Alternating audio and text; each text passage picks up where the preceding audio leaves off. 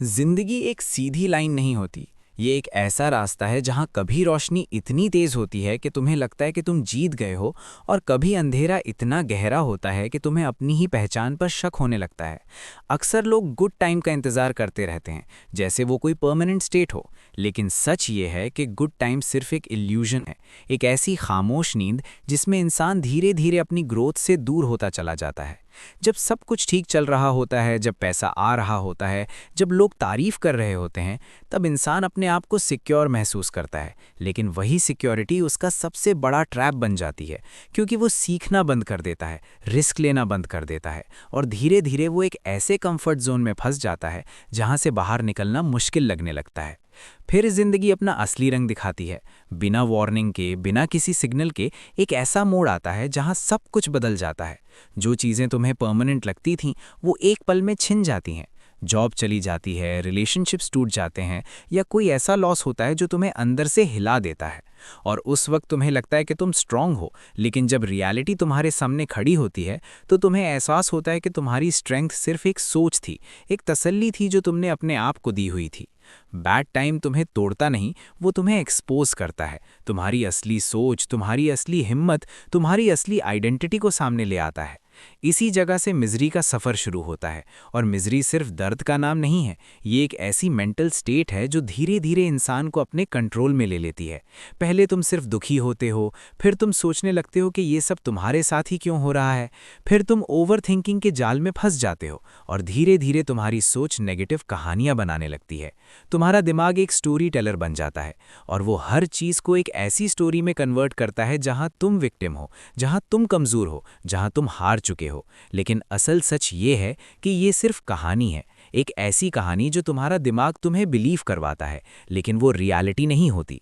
दो लोग एक ही सिचुएशन फेस करते हैं, एक टूट जाता है और दूसरा नया बन जाता है। फर्क सिर्फ इतना होता है कि एक इंसान अपनी कहानी को अपनी ताकत बना लेता है, और दूसरा उसी कहानी का कैदी बन जाता है। एक कहता है कि मेरे साथ ही क्यों हुआ, और दूसरा कहता है कि अब मैं क्या सीख सकता हूँ। इसी एक सवाल से पूरी जिंदगी का डायरेक्शन बदल जाता है, क्योंकि जब तुम सवाल बदलते हो तो तुम्हारी सोच बदलती है, और जब सोच बदलती है तो तुम्हारा रिएक्शन बदलता है, और जब रिएक्शन बदलता है तो तुम्हारी रियलिटी बदल जाती है।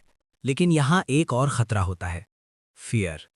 फियर वो इनविजिबल चेन है जो तुम्हें आगे बढ़ने से रोकता है।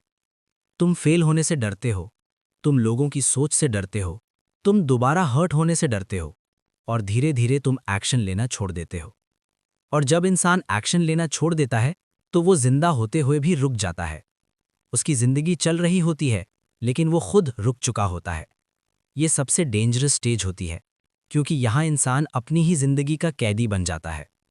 फिर एक वक्त आता है जहाँ इंसान के पास सिर्फ एक चॉइस होती है, या तो वो इसी मिजरी में घुलता रहे, या फिर वो खुद को दोबारा बनाना शुरू करे।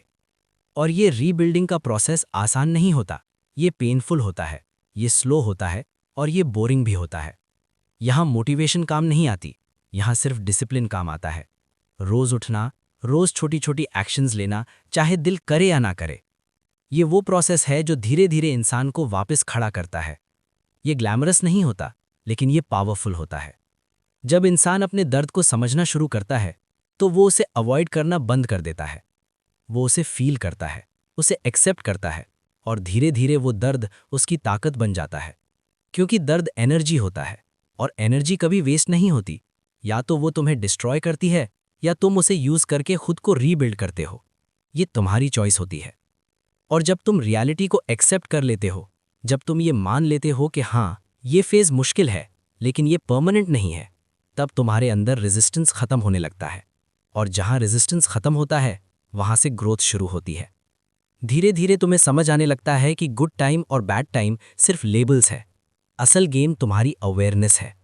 जब तुम अनअवेयर होते हो तो गुड टाइम तुम्हें सुला देता है, और बैड टाइम तुम्हें तोड़ देता है। लेकिन जब तुम अवेयर हो जाते हो तो गुड टाइम तुम्हें ग्रेटफुल बनाता है, और बैड टाइम तुम्हें पावरफुल बनाता है। और ये वही स्टेज होती है जहां इंसान दोनों एक्सट्रीम से ऊपर उठ जाता है।